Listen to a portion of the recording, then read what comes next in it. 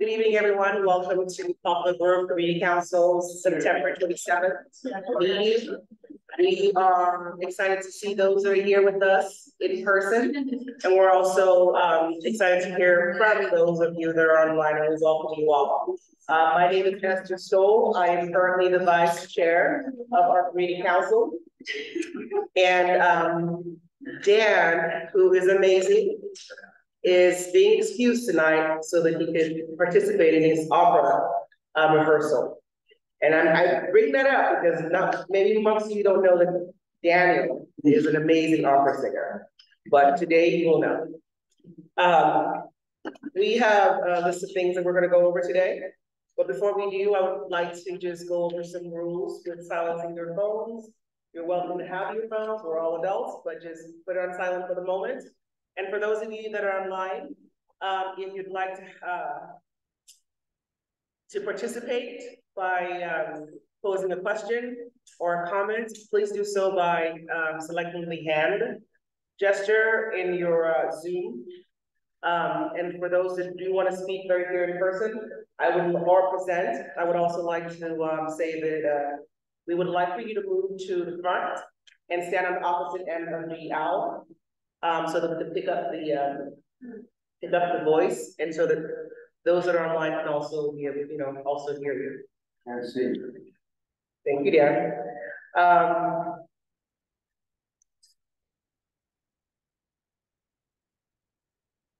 So we're going to go over our community council agenda. The first part of our meeting, we usually go over the community, the folks from the community that do have things to present. The first one is the fire department. Is there anyone online that could share a few notes from the fire department? I don't see anyone in person either, so we're gonna go ahead and move to the next line item, and we have the police and crime report by Detective Oliver. Detective Oliver, are you online? All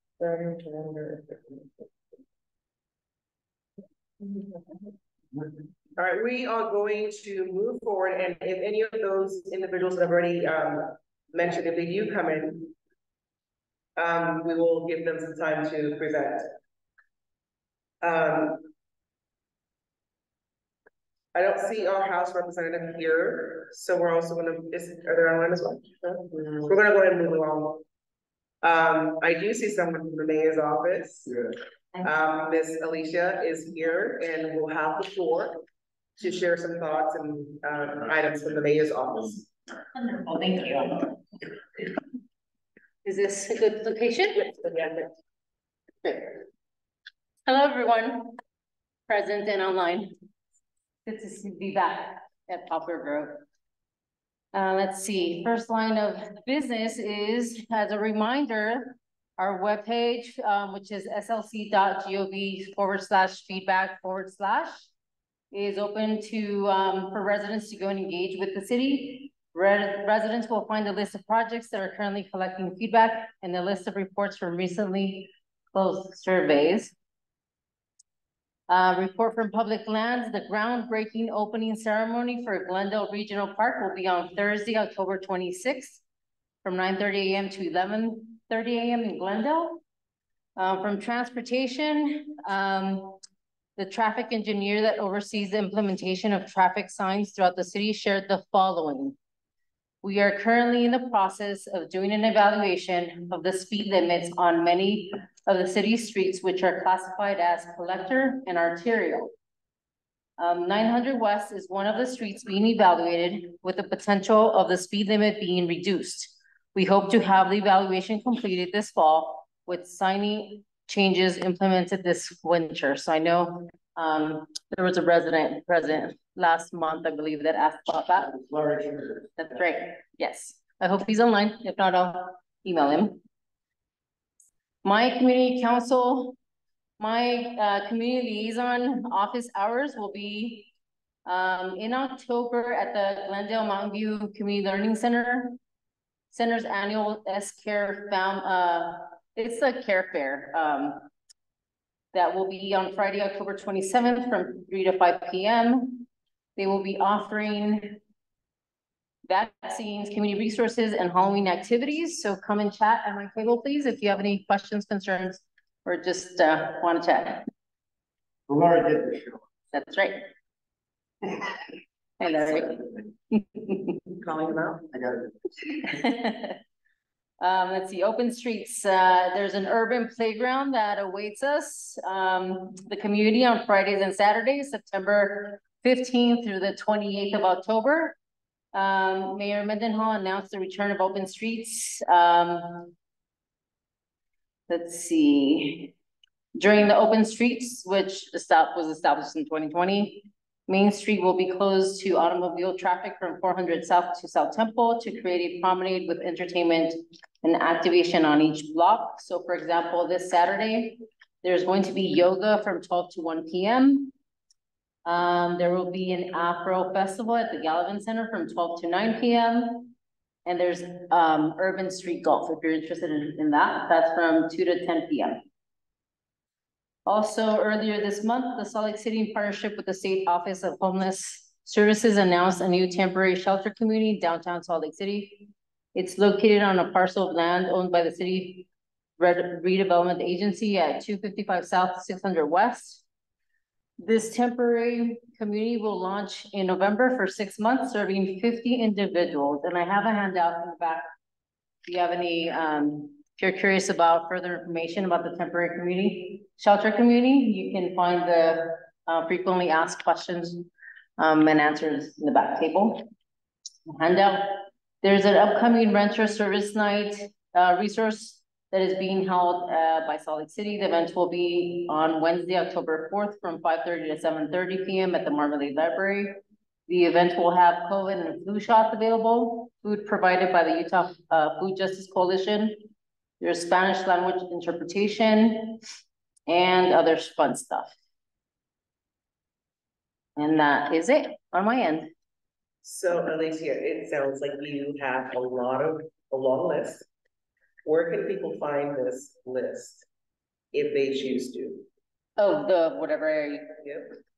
Well, I can, actually, I have my notes with me, so I can share that with you all, and you can distribute to the community. So, but if it's of use, I can bring next time like a half sheet with my announcements and leave it in the back table with all the information as well.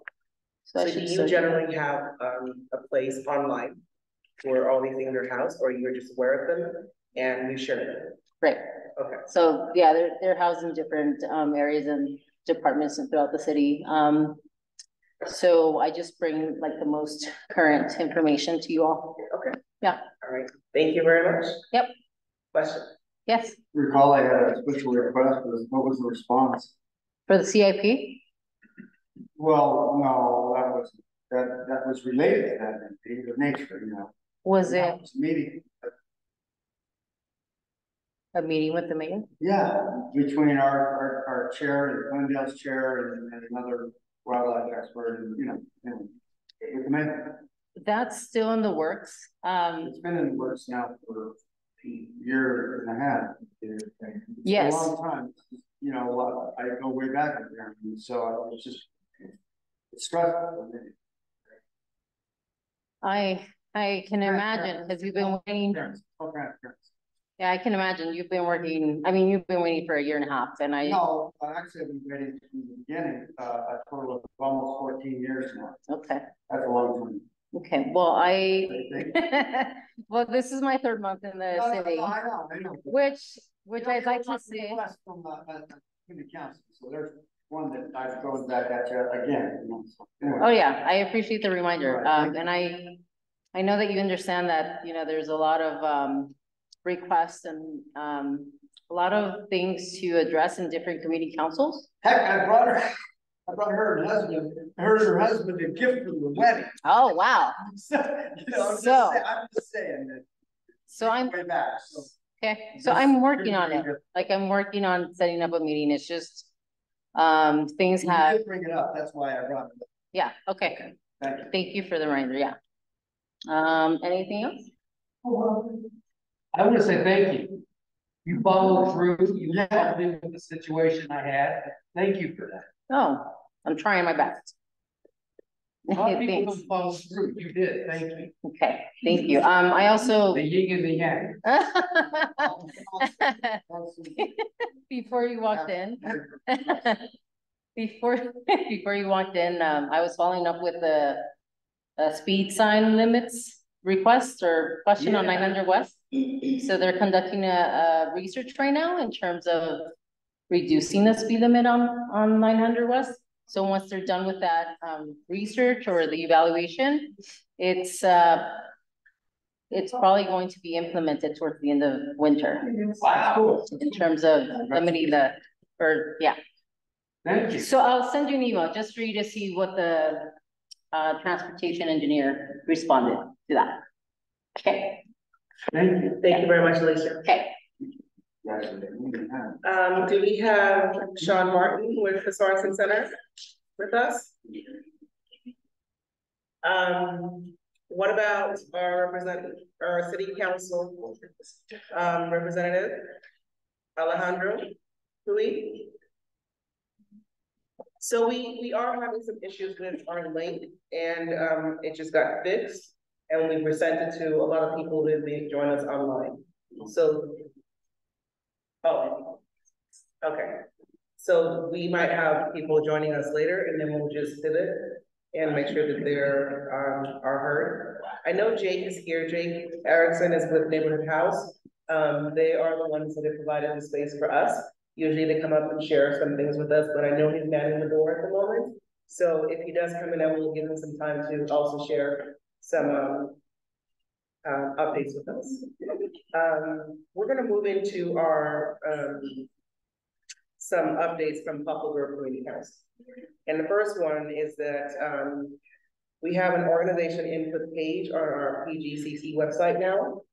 Can you elaborate on that? Yeah, so the organization input page is gonna list all of the planning commission projects, rezoning applications, things like that, that we've been made aware of.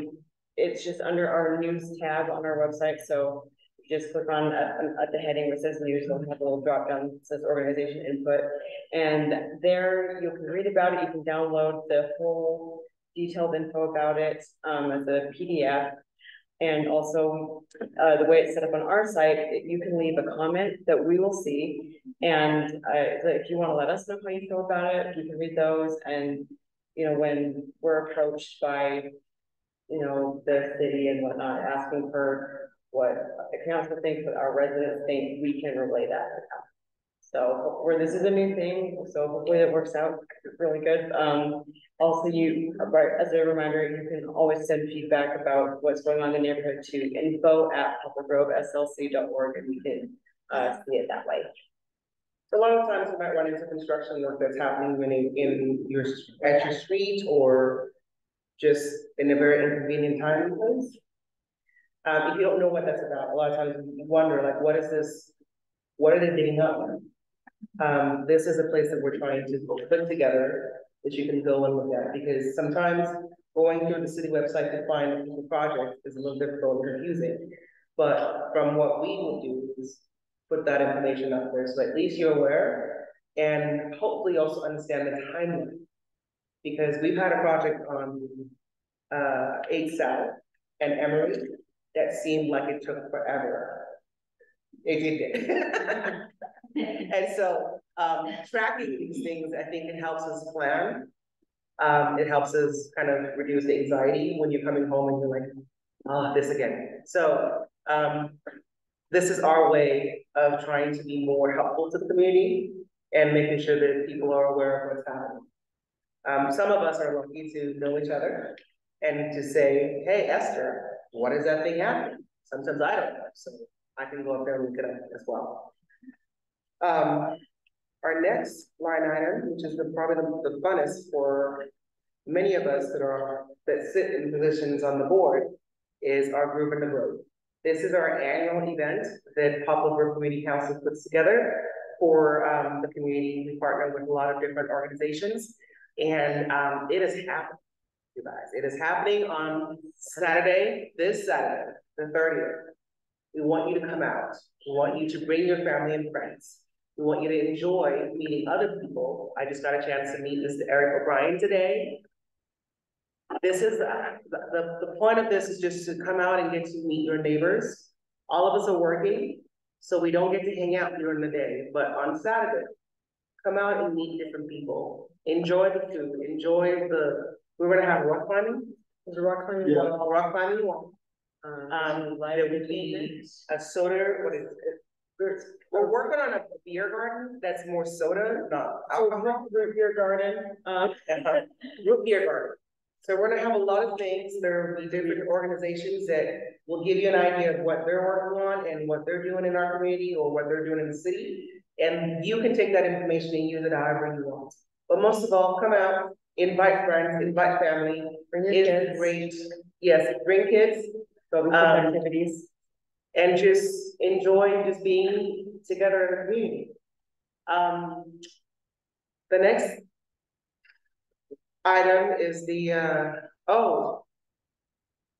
please come out. We have the Poplar Grove Park renovation. If you're not aware of where this park is, it's right on Emery. It's also where that construction was for a while.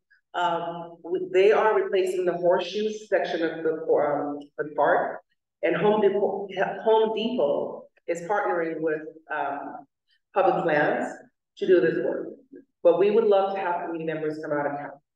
I think when people are trying to help our community, it's nice for us to show up and say, hey, we recognize you, we see you, and we are grateful for what you're doing. So this is that opportunity to come out. I'll be there, probably with a shovel and gloves, but I'll be there to be a part of this project. It was due, It's going to be tonight and tomorrow. right, but now we're having it on the next week, on Wednesday. And if we have any updates, we'll definitely let you know, but do come out if you can. If you can't come out, but you know someone that can, let them know. Shoo them our way. We would love as many volunteers as we can. So our council member just walked in, so we're gonna go ahead and give him the floor. Do you need a few minutes or you're good? Good? Okay, we'll let him go ahead and share some updates with us from the city council. Would you mind coming up here out of the Yeah, we're just to the side of the monitor. yes. Cheers. Yes, you're good. Okay, hi. Feel free to move around. Yeah. Oh, okay, I haven't, okay, this is great. Hi, I'm Alejandro. I just came in from dinner, but before that, I was doing a few interviews. We're pushing quite a bit on capturing stories related to the train. I did 5 interviews today. The press is very interested on this. We got probably 2 or 3 dozen stories in just the first 20 minutes. Stories from how the train is impacting your life. Stories from someone giving birth, right, stopped by the train tracks. Stories by missing a date because they were too late to meet this other person. Stories from missing a concert or getting too late to the concert. They could range from something very simple to something very complex. But we're trying to make an impact on this. Union Pacific is a big player in our district. If you know, they own quite a bit of the train tracks.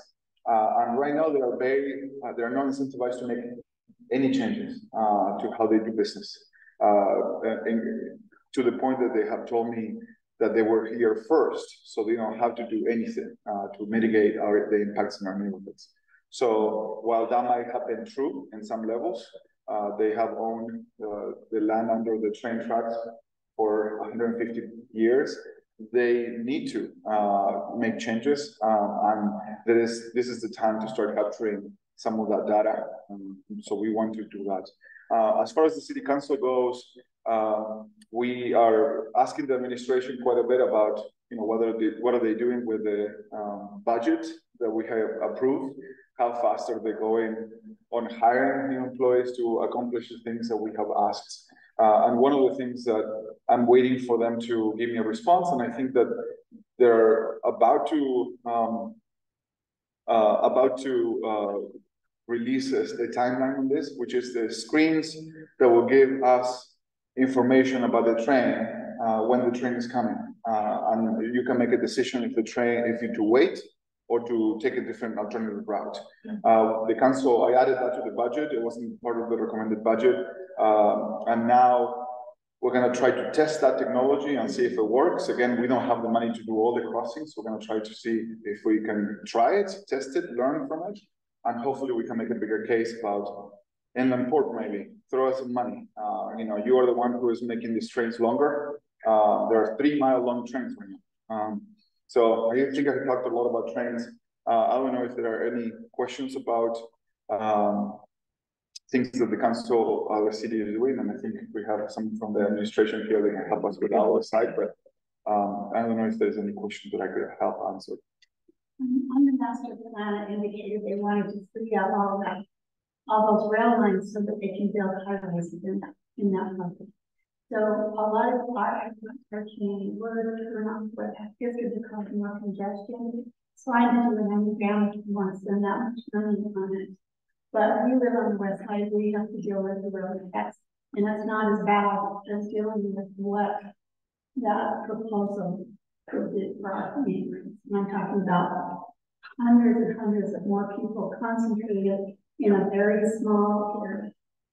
So they need to consider that, and they're not listening to us also about the levels that they use for all these buildings they're going.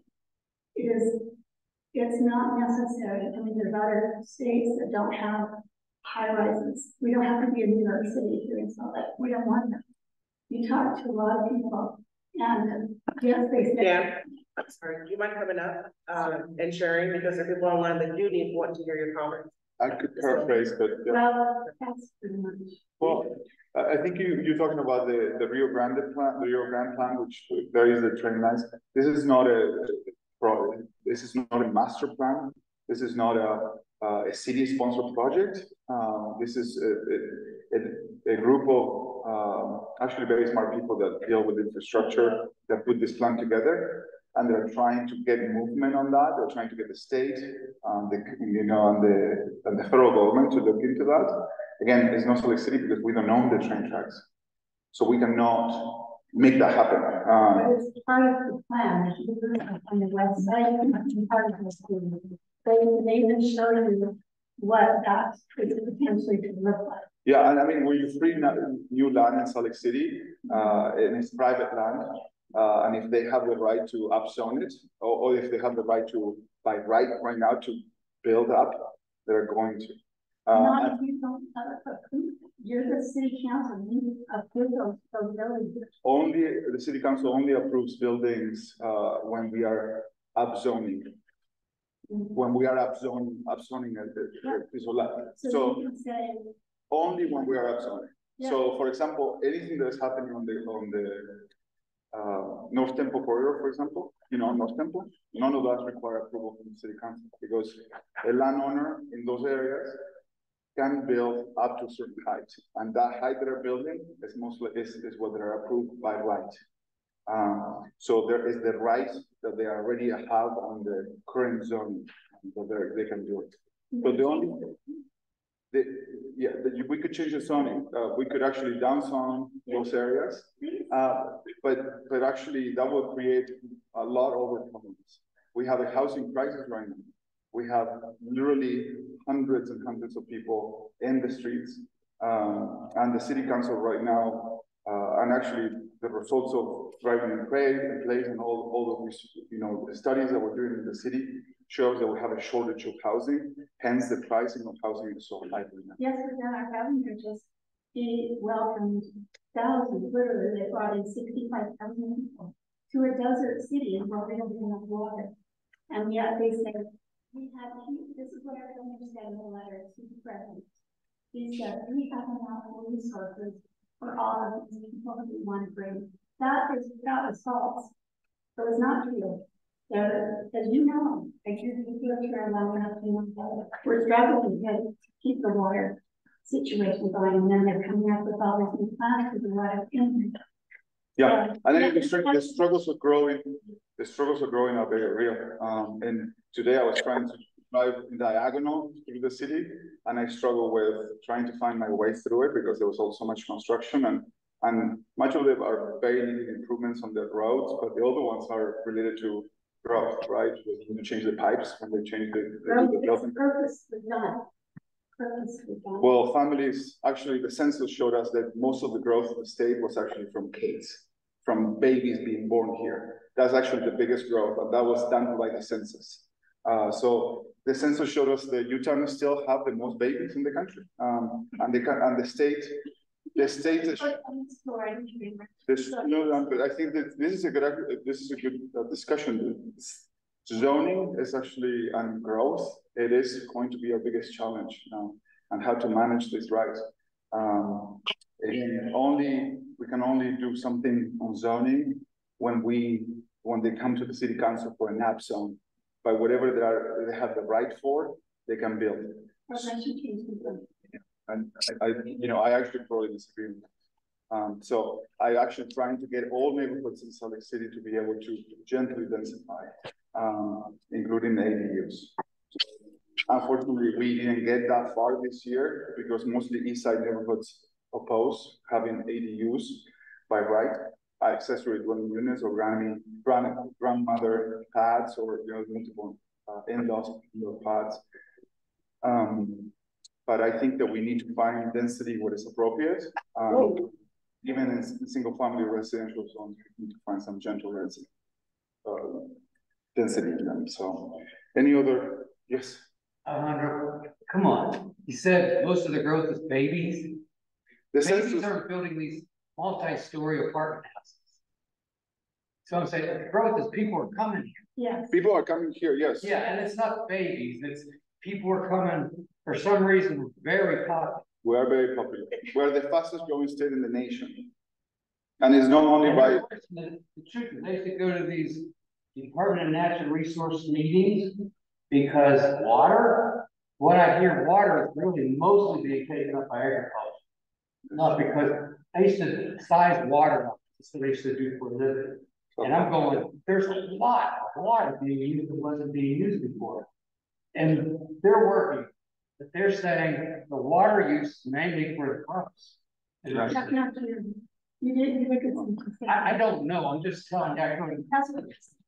But I do know. so we open We're up. gonna keep going. But I do It sounds like. We finished that though, but I do know, and that is that National Geographic categorized the Wasatch Front as the most wasteful water users in the entire world. And that's with feeding Kentucky bluegrass that belongs in Kentucky with culinary drinking water. And that's crazy. So that's my thing. Yeah, So, That's for right, the sorry. sake Yeah. of 19 followers. Yes. There's a lot that needs to be discussed. It's common. Alejandro, Councilmember Alejandro, Councilmember Cooey. I would suggest, for the purpose of our meeting, if you can carve out like 5 minutes to just address those concerns, for the sake of the meeting, because it's obviously very detailed things that people have to discuss with you. And maybe let them know how to reach you, how to make appointments, and just sit down. I know you do coffee with some people, so that's an opportunity to sit down and like chat with them. Yeah, Okay? I would love to. I would love to talk. Thank you. All right, thank you very much for your time.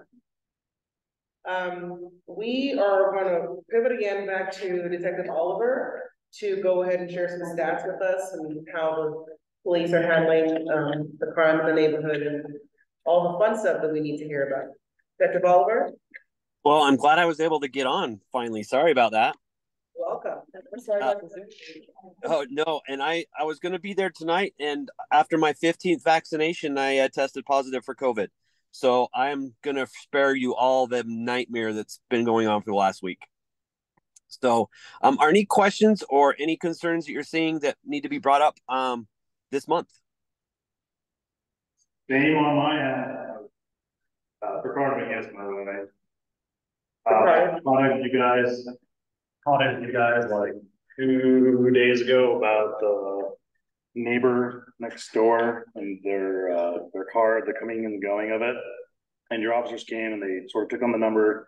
Things were fine. I guess it sort of worked out, and then they like ripped the fake plate off, and then they're still driving down the road. So like, I don't want to sound like I'm just constantly badgering you on the same problem, but it would be nice if you guys could like do something about it. So what would you like us to do? I guess that's the question. If it's not registered, or I mean, I asked now months and weeks to get a camera out there, or maybe patrol more, maybe have your officers actually walk on the premise and stop them from just distributing drugs and bringing hookers to the back of the property and having people overdose on the property. Like, it would just be nice to see something happen. okay, so yeah, there's a lot of concerns there, and we know that there's concerns there because we've had a lot of arrests. We've even had a death there. So Yeah. the concern is, do you want us to walk on private property without a cause? Access to my property. You have access to the property via my property. Just walk on. Just walk to my garage if you. It's all in broad daylight. Okay, I will let the officers know that when they have time, they can walk onto your property and check. I will even set up like a tent for you guys if you want on my property. Okay, I will let the officers. But the number one thing is we need to keep calling. And even if you think you're being a pain in the butt to dispatch, you need to keep calling, because as much as we hate to say it, the city is policed by where the crimes are occurring. So if it's not being called, we're not going to see that in the hotspot pop up. So we're going to be at different locations where those hotspots are popping up. But we do have gangs that have gone in that back alley. I've been in the back alley many times as well. We know there's a problem there. It's just a matter of how we're gonna fix it. We've had arrests. We've had tickets for citations for vehicles. We've had, like I said, issues there before. We just have to continue to police it that way until the homeowner decides to do something else about it. And unfortunately, I don't really have a say in whether that homeowner, I can't necessarily go in and tell that homeowner he or she needs to kick that person out. That's something I don't have the power to do. I can sure write up a report and let them know what's going on in that location. But as far as going in, it's kind of hard. Good enough. They're basically, I mean, at this point, if somebody in my house gets assaulted, like, I'm not going to be surprised. They already hate me. They're already like at the point where they're walking over, flipping me off, throwing rocks on my property, harassing my dog. It's like they know that I'm the one that's obviously no one else is doing it. So at some point now, I have a target with people that are selling drugs, prostitution rings, right? Like, you've made arrests with felons on the property. Like, I don't like know what more has to happen. Like, do I need to die for you guys to finally make an arrest? Like, is that like, do I need to be the martyr of the neighborhood to like, there are children on that street, right? You know that we not bars on that street. But you know that we've had arrests there. So you can't really necessarily arrest your way out of it if they're going to let them out the next day or even the next hour. So we've had arrests there.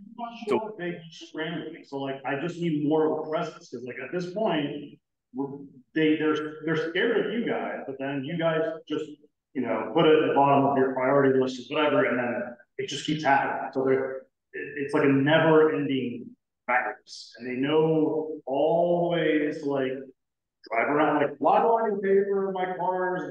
Like, off my insurance, why do I need to even pay for like to have it on the street? I mean, these guys are driving around, wrecking their vehicles all of the time, and they don't even have ID. Oh, they don't need to do anything. Like, I have more to lose as an actual contributing member to our community, as someone who actually wakes up every day and works 10-hour days, who I try to engage with everybody. I have more to lose than literally drug dealers and prostitutes that just live next door in the backyard, day in and day out. And when I call you guys, I get irate, I get sighs, control, and call it whatever. Like, we'll get to it, but nothing actually happens. We've responded out there. How many times have we responded out on your calls? Follower, with a member of the community having this level of issue, is there, I mean, just from what you know, is there any civil actions that he as a resident could take against his neighbor? And he's been working with the zoning enforcement officer, and that's our civil action department. So she's very aware of it as well. It is one of our CAT teams. I don't know if you're familiar with the CAT teams, but it's our community action team. It's where zoning, code enforcement, parks, everybody gets together and we discuss problem areas and how we can help fix them or help them. And this has been on our CAT list for several months, if not years.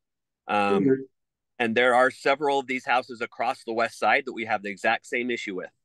And so as a community action team, we're trying to fix it the best or help fix it the best that we can.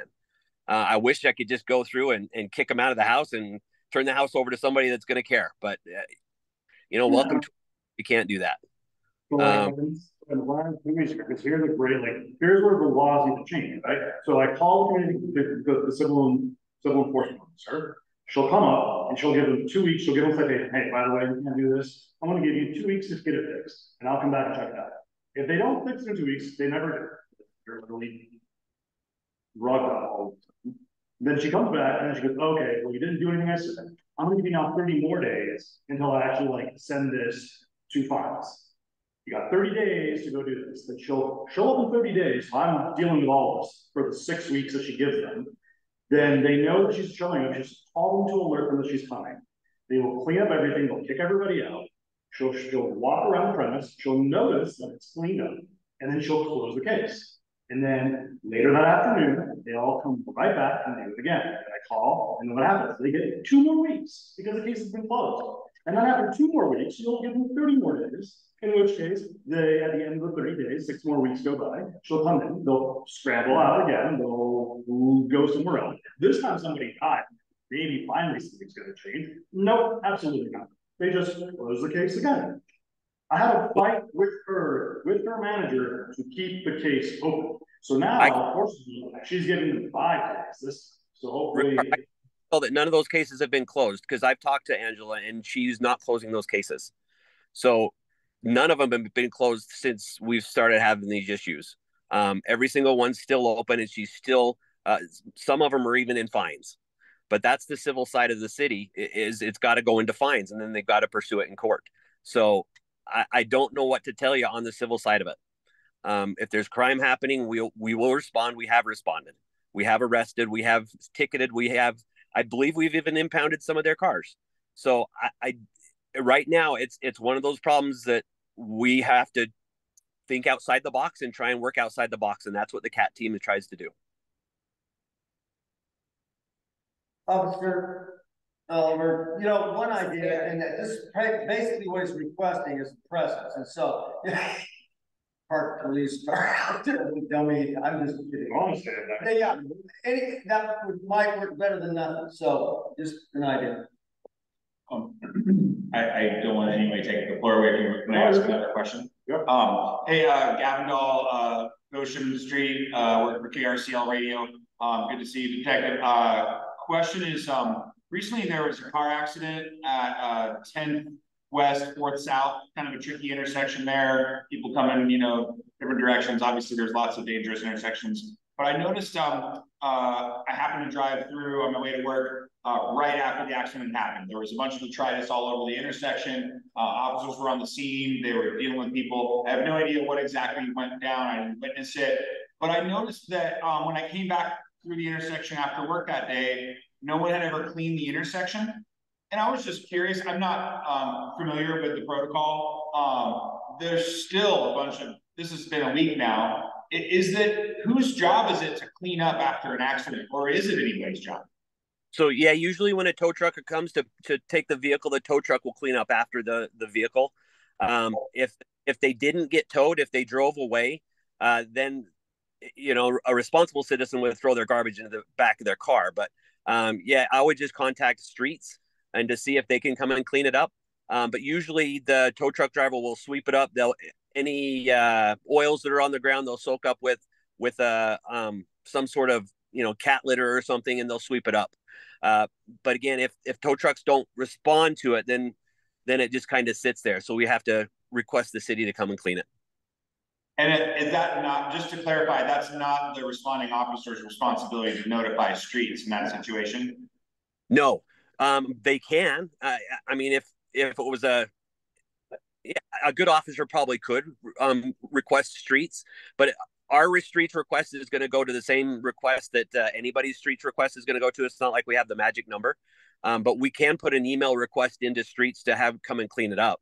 The best bet is to use the app, and I've used that before on traffic accidents or stuff that's sitting on the side of the road, just to take a picture, and it goes right to the department that needs to clean it. Yeah, this was not something that impacted me personally, other than I just happened to witness it right after, and then I noticed that everything was still there, and every day I remember that this is a problem, and then I promptly forget again, and then I drive by and I'm like, oh my God, it's still there. But again, compared to your problem, this is a very negligible little thing. But I also thought, that means everybody's tires are driving across a bunch of plastic, right, and who knows what else. It doesn't seem like it's ideal, but I just wasn't sure whose fault it was, or whose responsibility it was. I certainly wasn't presuming to know the answer. The other question was, I believe it was last month, I attended via Zoom. I wasn't able to come in person, but I asked about the wonderful woman on Goshen who had to confront the naked meth using trespasser, who then was locked up. He was basically naked except for her vest that he had his meth pipe in or whatever, and then he was locked up, and then he immediately got back out, and then he was seen in the neighborhood again, and then arrested again. And I believe it was you last month. I could be wrong if there was a different officer here last month, but I believe you said you could look into that and follow up on whatever happened with that. We were just on our street all concerned that this individual was certainly unwell. I would prefer that we had a system where we gave people treatment for these type of situations before we just let them out again. But I got the impression that this person was just going to keep getting let back out. He certainly seems to have found a lot of interest on our street as a father and neighbor with a lot of people I like on my street. I was just curious, do we have any recourse? I mean, clearly this person is a repeat offender. He was inside her house. I guess my understanding is, if she told me she has a 22, so she's not scared, but I was like, if you shoot him in your yard, then that's murder or manslaughter. Yeah. So it's only if he's in your house, but by then, who knows if you can defend yourself. Anyway, I'm just concerned for her sake and for others on our street. I was wondering if you are familiar with that case. It was on the news and stuff because it was naked man in hot tub with meth pipe, etc. But hey, that's our neighborhood, I guess. That's just life. Well, I don't want that to be anybody's neighborhood, but you're right. If it's a drug issue, they will usually be let out within 24 hours. So they will be back on the street.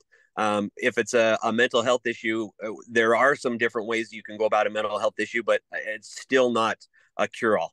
So if an arrest occurs and they go to jail, chances are that for that kind of crime, they will be out within 24 hours. Detective Oliver, I know you haven't had a chance to go over your data yet, but there's one more question for you before you get into that. Okay. Well, it's actually kind of a multi-question. I appreciate everything that you said, and I also appreciate everything you said, even though I don't know either of you. We've had, I spoke with you, I don't even remember, it was about a year ago, a while ago, about, we have also some drug problems, all kinds of things. And you say, keep calling dispatch, keep calling dispatch. We had an issue where a woman who was on drugs tried to get into the window of on our front porch. And I called dispatch and they were like, okay, we'll be right out. It took an hour and a half.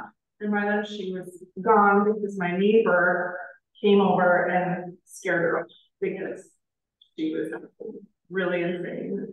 I understand that having drug addiction is a problem, but at the same time, it is a safety issue. And I think that there are several of us here tonight that I know for sure know that it's a safety issue. And what we're hoping is, I mean, personally, I would much rather have more safe streets, like more police presence, instead of parties or construction or signs or anything, more than anything, just like people enforcing the laws.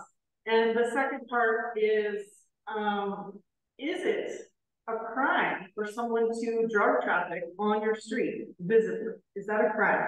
Or to do drugs on your street visibly? Is that a crime? Like, absolutely. And why is it that it continues to happen? I mean, we've talked about that property on 740 743 South and 90 West who continues to cook meth, and we can smell it.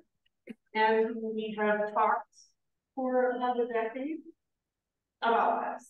And so, and they cleaned it out to a degree. Now they put it under tarps and they have a whole system, but you can still smell it. It's still drugs.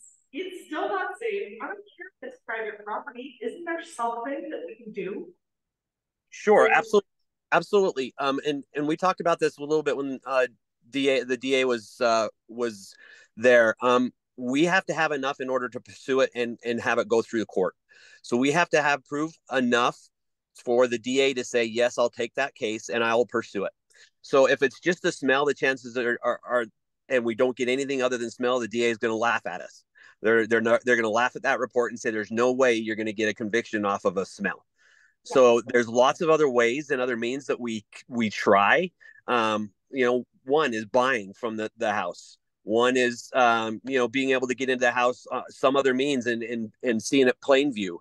There's different ways, but gosh darn it, sometimes it takes a long time. And if we can't get somebody that actually can go in and buy, if they won't sell to a certain person or what, it's super hard to get a sell or a bust out of that location. So about illegal behavior that happens in credit. Sorry, I couldn't quite make out that last comment. What was that? There's nothing that the police will do about illegal behavior that's happening on private property. If you can't actionably see it, if it's behind a tarp, or if someone else can see it, but you don't have proof, like, there's nothing that can be done. This is it. No, I'm not saying there's nothing can be done, but there's got to be more than just being able to smell it or assume that it's narcotics. Yes, and I know it sucks, but there has to be a foolproof case for the DA in order to take it.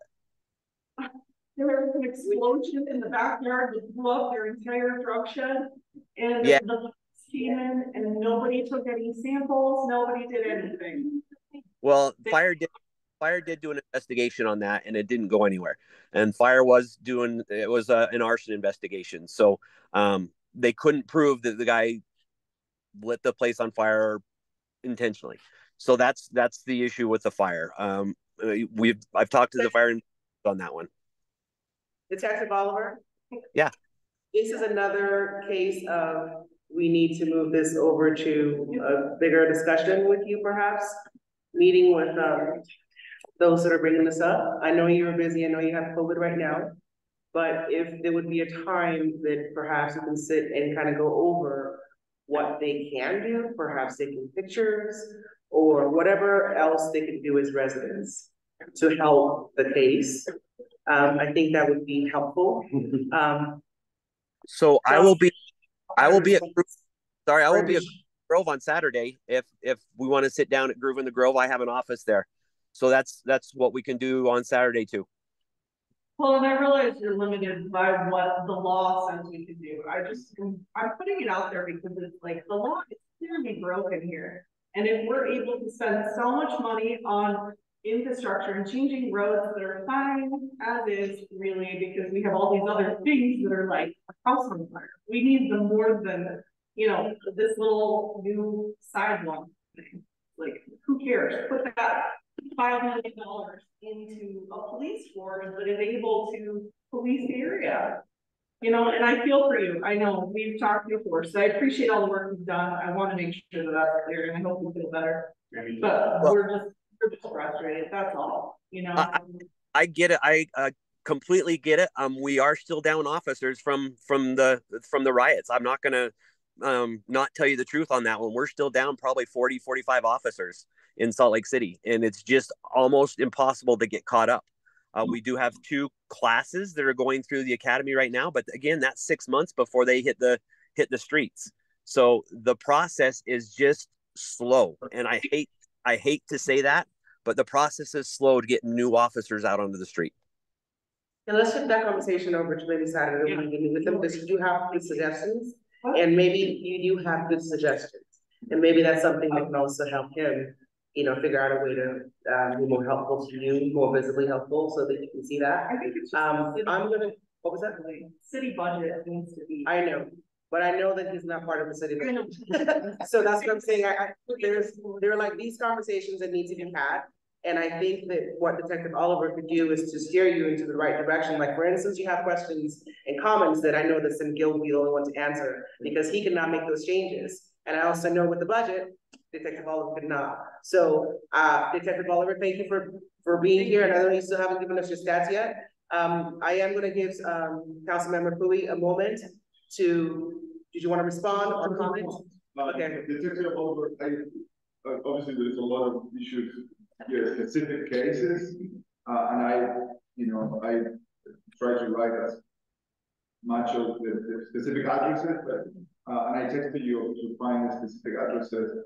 But if we can maybe do a little bit, I don't know what to call it, but a community council, but it's just on public safety, and we can have someone from the DA's office. It doesn't have to be St. Guild, someone else, as much as we love him, but someone else that can help us with the case by case and see if we can actually find out, because the Sim's office have told us that when they're repeat offenders, they're trying to find a way to keep them, but we are not being successful with that. So maybe we can actually try to get the people that are responsible, including us, together and run a community council type situation and say, okay, tell us about your case. Let's see if we can, what is the problem here? Because maybe some of these issues can be solved. I know that there are private property. And to be fair, most people that are using drugs are house.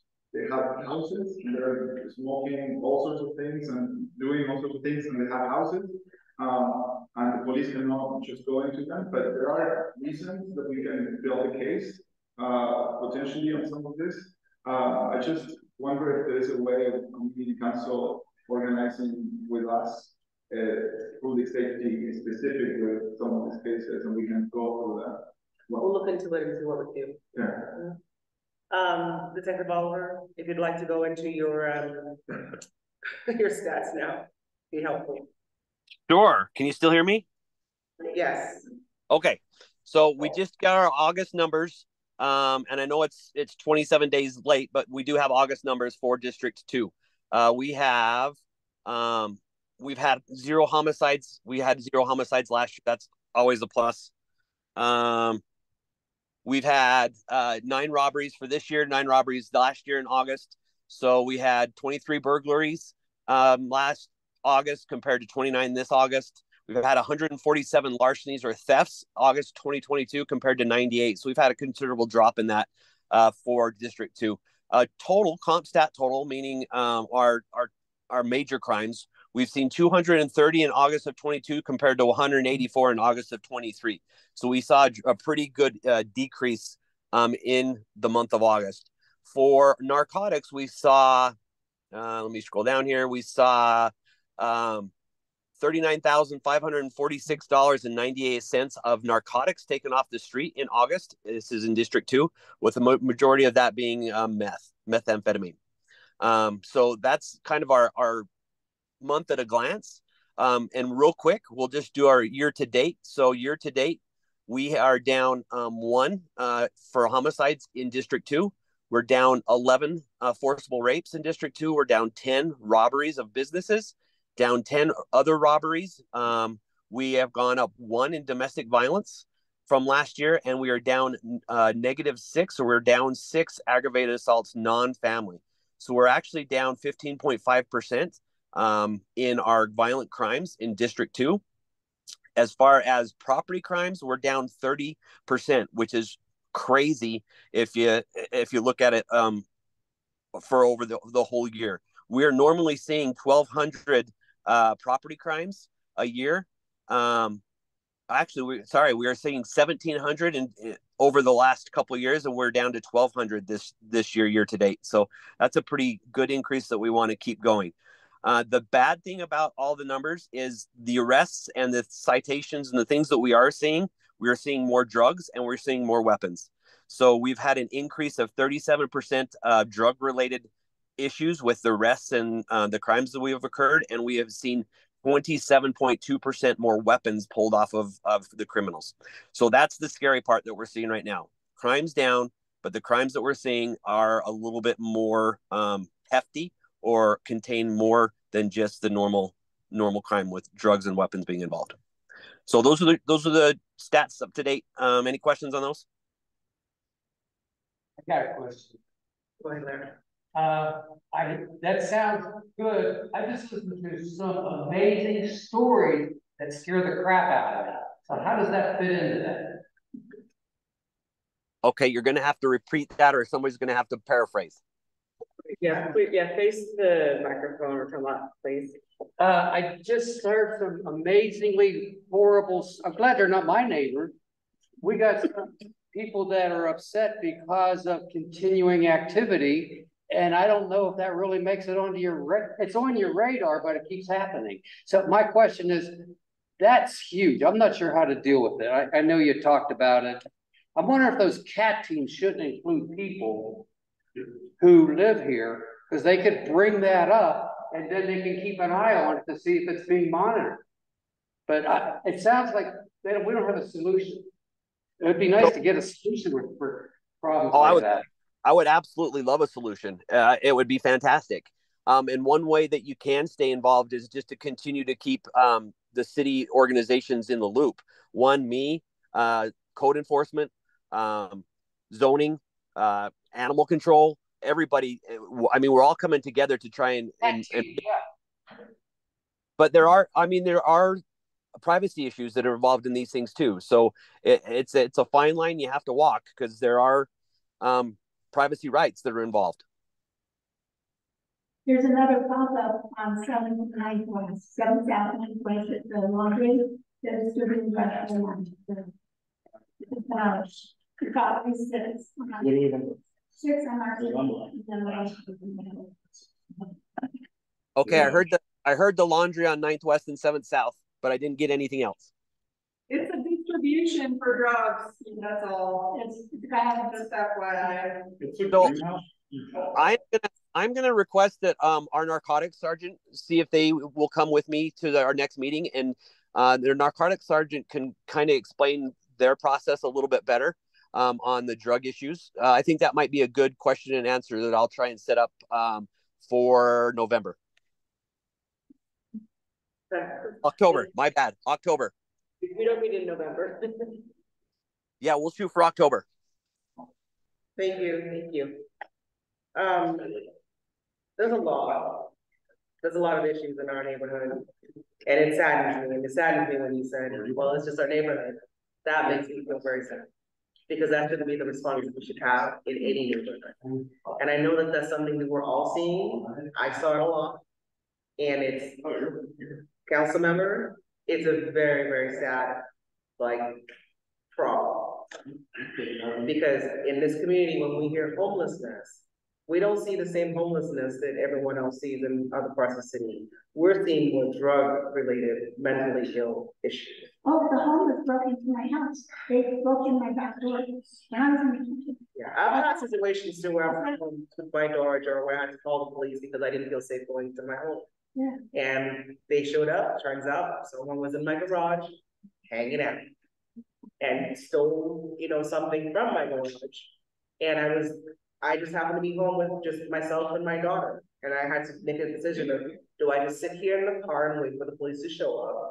Or do I get out because I'm from Oakland and I can deal with issues? But then I had a daughter. And I had to think about, what if someone hits me over my head and then takes the car with my daughter? And those are too many things for a parent or anyone to deal with. If I was single, Salt Lake would be a breeze. But I'm not.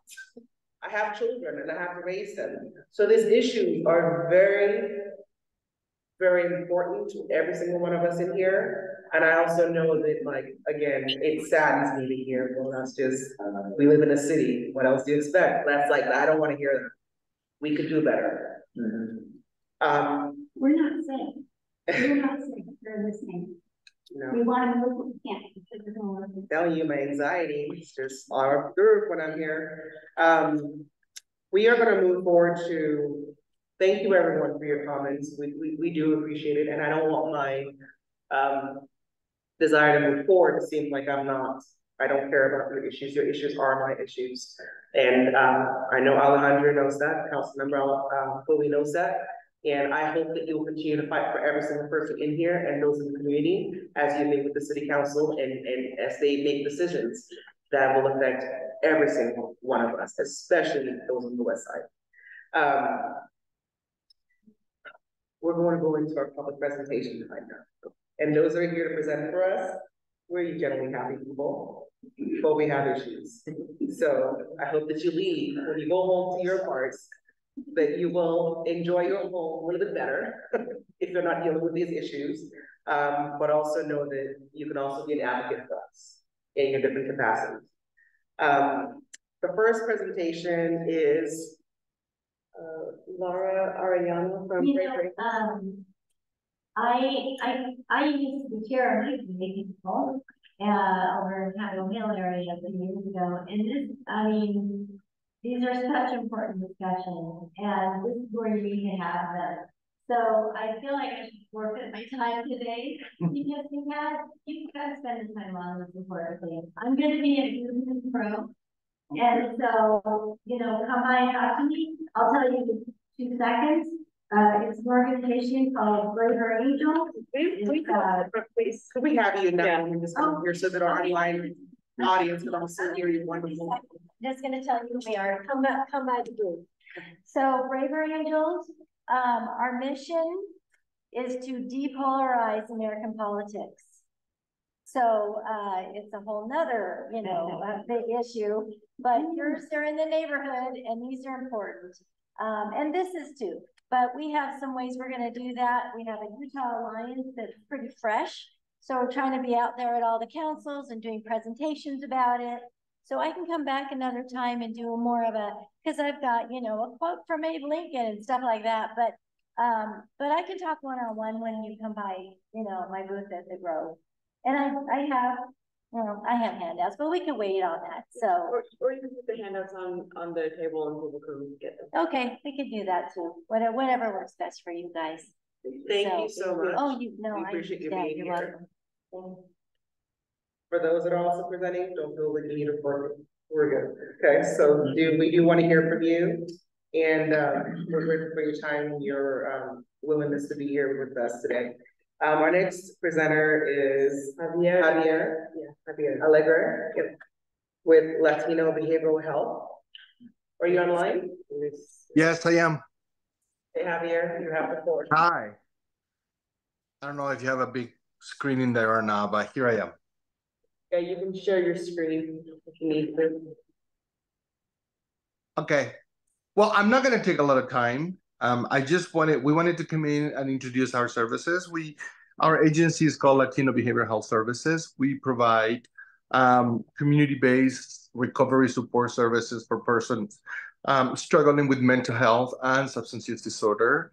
Our primary focus is the Latino and Hispanic community. However, our agency serves primarily youth and young adults in all languages, not all languages, but I would say both languages, Spanish and English. The services we offer are therapy, counseling, peer support services. We also offer support groups, social activities for the community that are looking for a space where to engage safely and connect with other members of the community that are also looking for additional support in their recovery from mental health issues or behavioral health issues. Our services are our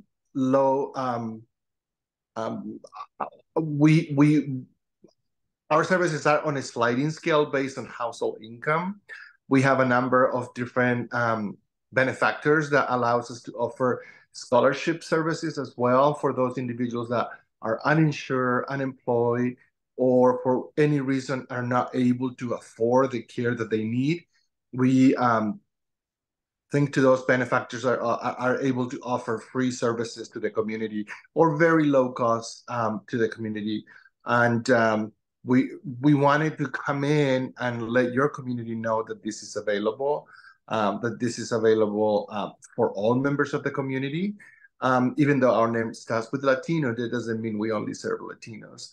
And we have a team of specialized licensed and clinical professionals that really are invested on the issues that we deal on a daily basis as not only as your community, but as a city, as a community at large that it's currently struggling a lot with anxiety, depression, and a whole host of different challenges when it comes to just living our lives in a way that is wholesome and peaceful.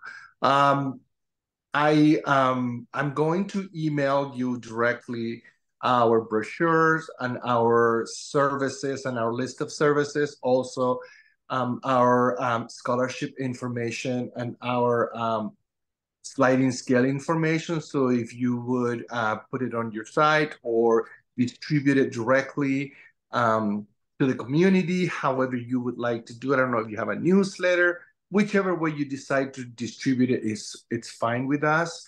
And also, I can probably come to the next meeting and bring you some actual physical brochures and flyers so you can have some in your files just in case somebody asks you or calls you, in the off case that someone is looking for services for their behavioral health wellness.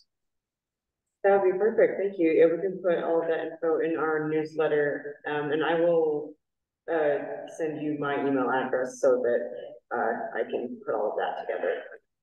Thank you so much. I appreciate you, and then good luck. Thanks for having me. Thank you very much, Javier. Thanks for presenting. Yep, bye.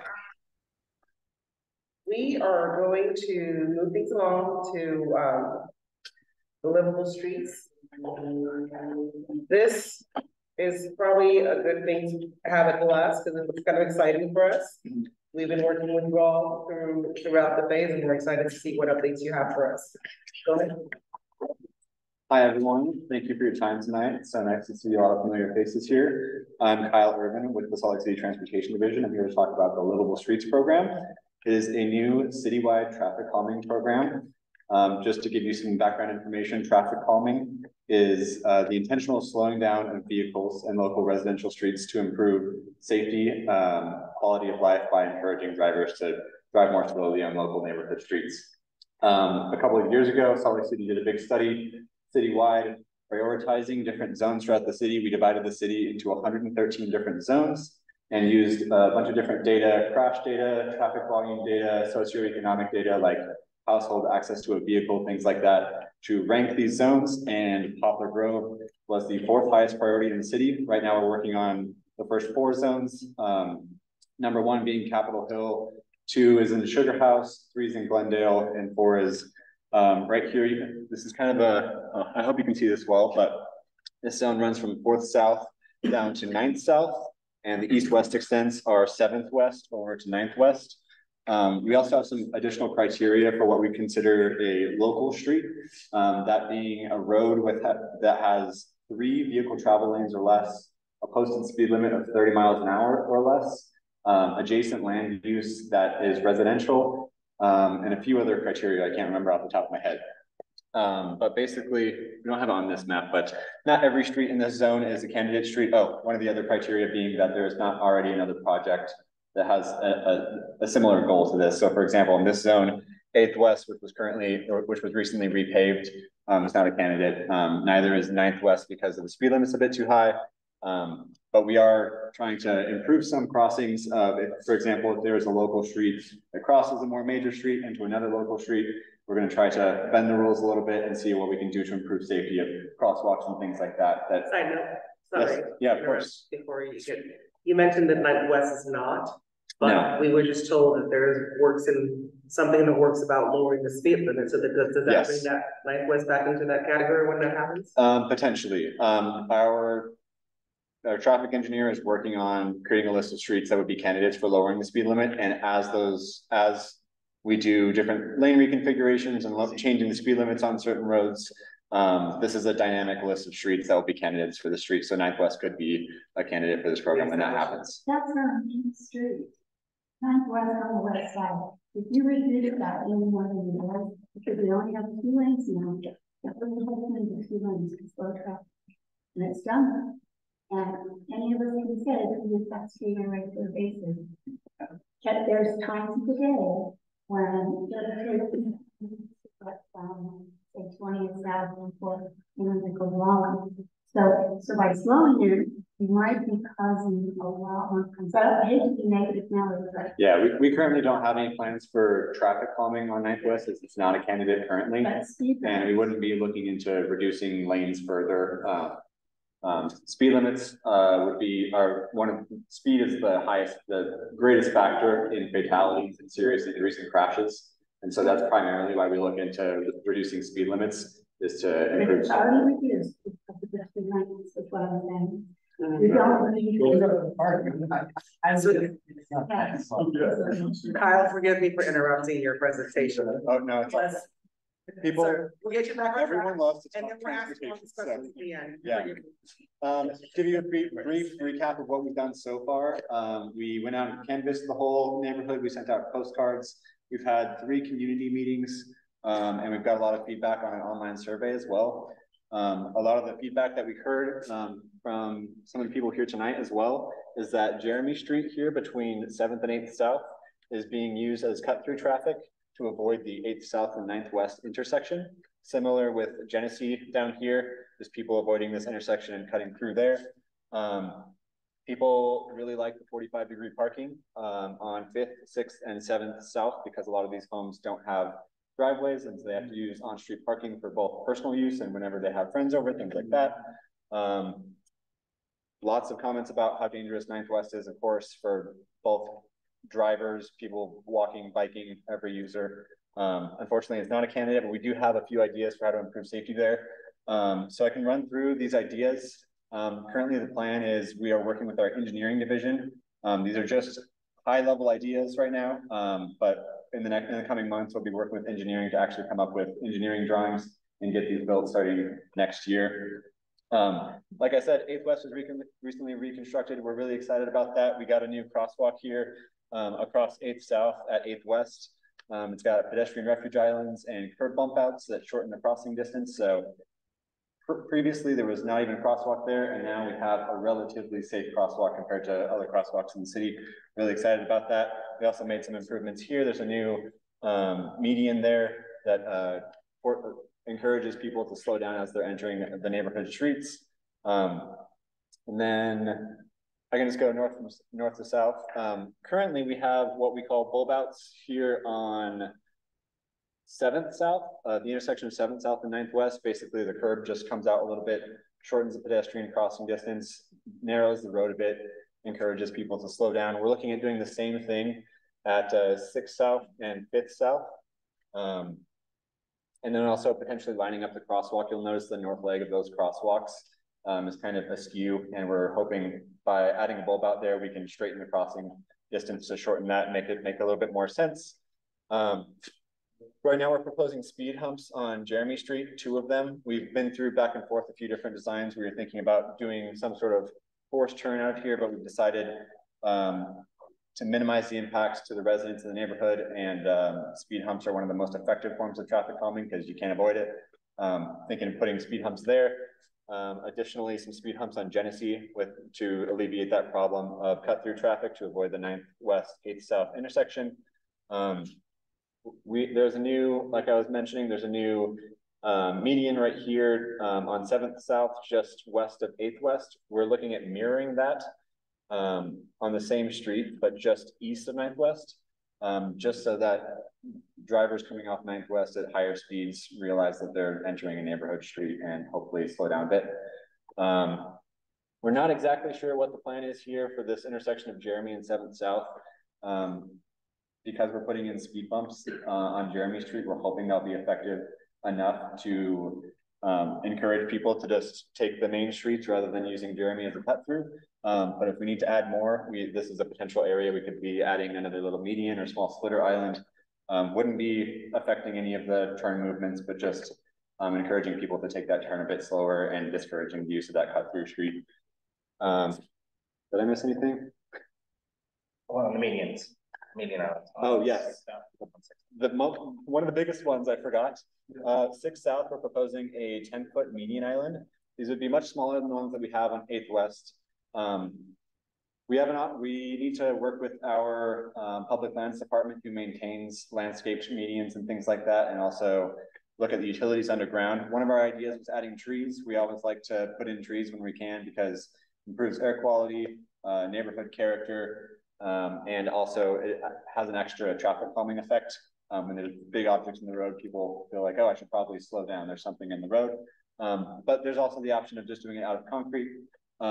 Like I said, people really like the 45-degree parking on the street, and so it would be small enough that it would not impact that. We would maintain all the parking, 45-degree parking, so the median would not impact that. This is also what we call a neighborhood byway. It runs up 8th West and down 6th South, and so we're likely going to be adding some bike ramps there. Neighborhood byways are low traffic volume streets that are quiet neighborhood streets that already feel fairly comfortable to walk and bike along, and we're adding additional infrastructure at the intersections where you have to cross a busy street to help you safely get across, and so you can carry on that quiet neighborhood street. So 6th South here at the crossing of 9th West, we're likely just going to add some small bike ramps and a pedestrian push button with the flashing crosswalk signs just to help people cross the street a little bit safer. So, yeah.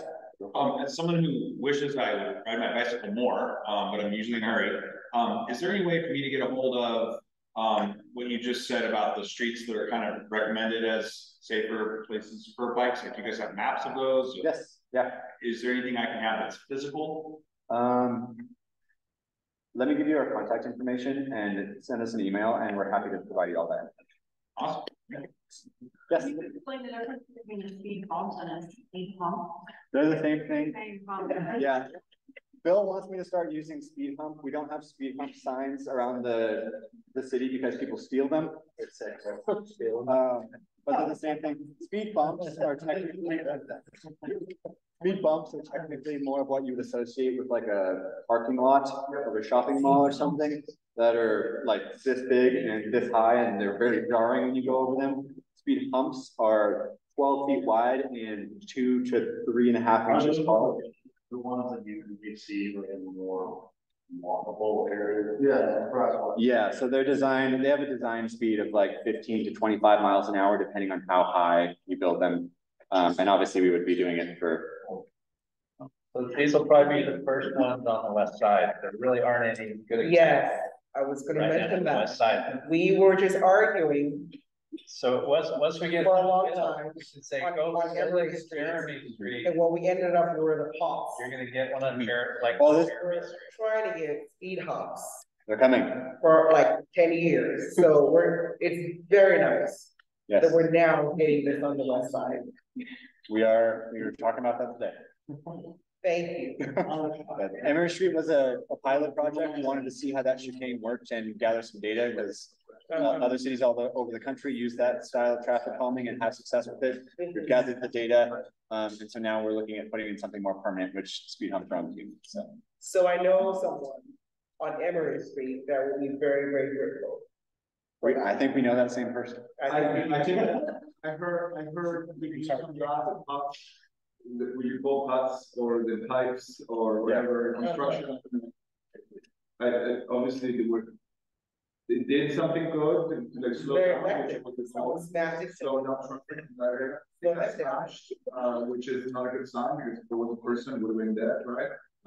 I heard from transportation saying that they're going to try something new there, different, and I appreciate that the transportation is trying anything in response. We are grateful. I am personally grateful that we're seeing things happening, because that was a very difficult fight. So, well, we're going to be best friends. You didn't even know it yet, but we are absolutely going to be best friends. We added money to this department and people to this department on purpose, because we heard so much about speeding, and you know, I got some very angry neighbors that were very reasonably angry, and we had some kids run over in the district. I prefer a car going slower than a kid getting run over. So I'm sorry, but that's the priority. Hey, one comment though, Alejandro. Yeah, I'm gonna hold on there, because I saw, yeah, here I have a guy. And so right in that crosswalk when those kids were hit, those two bulb outs have really saved my ride. So I just want to, those bulldogs really work well. Can we listen to your wife now? So we live on 10th West between 400 South and 500 South. Is there anything gonna happen there? Because it's pretty amazing how fast some cars go down this road. Yes, the Livable Streets program will be touching every neighborhood citywide. We just have to, we're currently ramping up the program. We're working on building zones 1 through 4, and we're going to be starting engagement on zones 5 through 9 here within the next week or so. And we're hoping to get moving faster on these as we, get the program up and running. But we will be in every neighborhood in the city. Yes. Too, right there at that intersection on our side of 10th West, it's narrow, and on the north side, it's really wide, which causes a huge amount of problems. That's why somebody was saying, you were saying about that accident there. This is across 4th South on 10th West. Yeah. Okay, gotcha.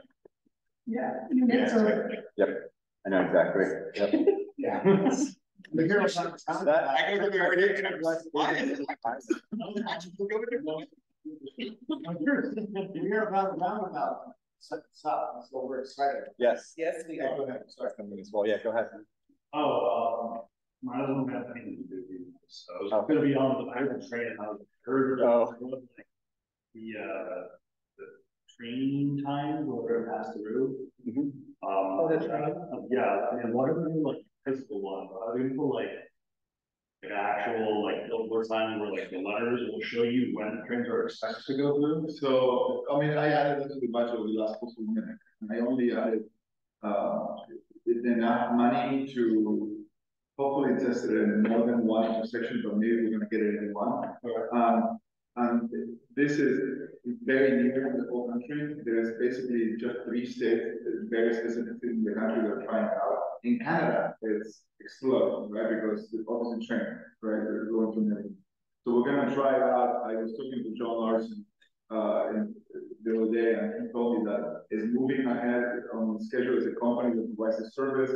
And I have a lot of hopes in what this information gives us, what the sensors can do. Again, I don't know. There's a lot of lines of trains and different companies that go. No Union Pacific, you have Petro Rail, and then you have Combrana. That all use some of this is the same line. So I'm hoping that this alleviates. But I for sure know that this company provides a Twitter feed, so you can actually go and say, oh, it's a train coming to section. And potentially it could feed through Google Maps, so it tells you if the crossing is blocked. I'm hoping that this could be information throughout all of this street. So I want to be respectful of everyone's time. We'll be in touch with you for next steps as we continue design and stuff. So and we will also be at for the next zone that we're doing. Perfectly fine. You're bringing those zoning and changes here, and we'll waiting for a very long time. We will see you at Groove in the Grove on Saturday as well. So. Yeah, I hope so. Thank you very much for your presentation. Now, they are our last presentation for the night. However, the floor is now officially open to our community members to go ahead and share their concerns. And there are 3 things that I've heard today that I feel like I want to personally track. One quick thing, so the Sorensen Center, about the papers over on the table. So basic computer classes available. Come up so that someone could hear this bit of information.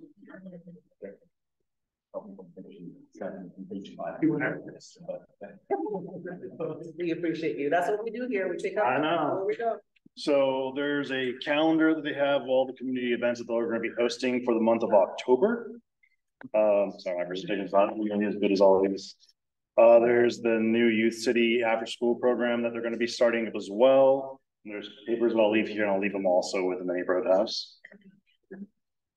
Yeah, I'll put those in the newsletter. Oh yeah. So that's why. And then there's a renter resource fair coming in on October 4th, from 5:30 to 7:30 in the Marmalade Library.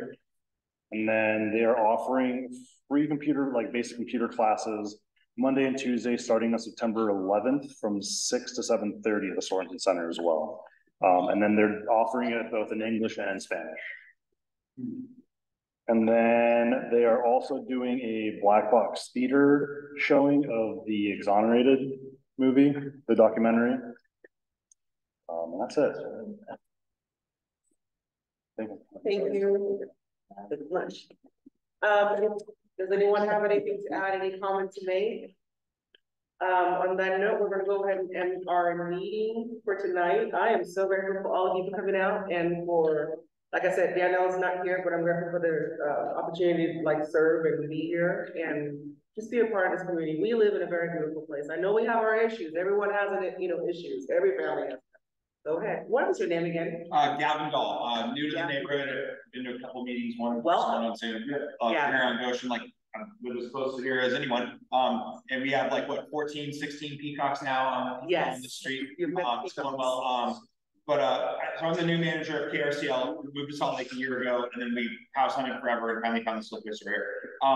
But I just wanted to mention that our host of Radioactive every weeknight at 6 on KRCL, Laura Jones, was due to host the mayoral candidate debate last night, but she for the first time, COVID finally got her. And I just want to encourage everyone to stay mindful because hopefully it's not as deadly now, but there's still a lot of COVID in the community right now. I'm hearing this, people at Utah Nonprofit Association around that community.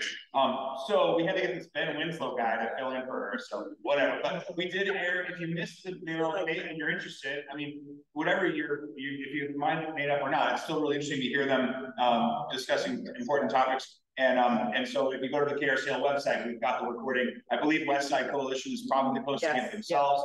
Ours is a little more condensed if you're trying to save time, and it's KRCL, so it's pretty good. But yeah, we aired it tonight at 6, and I just wanted to mention like Laura Jones was going to be there, but she's staying home to try to get better. So anyway, we'll see you at group. Oh, and then at group of the group, my wife is the voter services director for League of Women Voters of Utah. So they'll also be out on Saturday as well. So if you're interested in learning more about like your voting rights and things like that, you'll meet my wife, who would be here, but she's home with our 4-year-olds. What is her name? Her name's Katie Dahl from League. She's a volunteer with League of Women Voters. So thank you. Thank you very much. Thank you all, always. We're gonna go ahead and have a good evening. Enjoy the rest of your night. We'll see you Saturday. Yes, see you Saturday. Actually,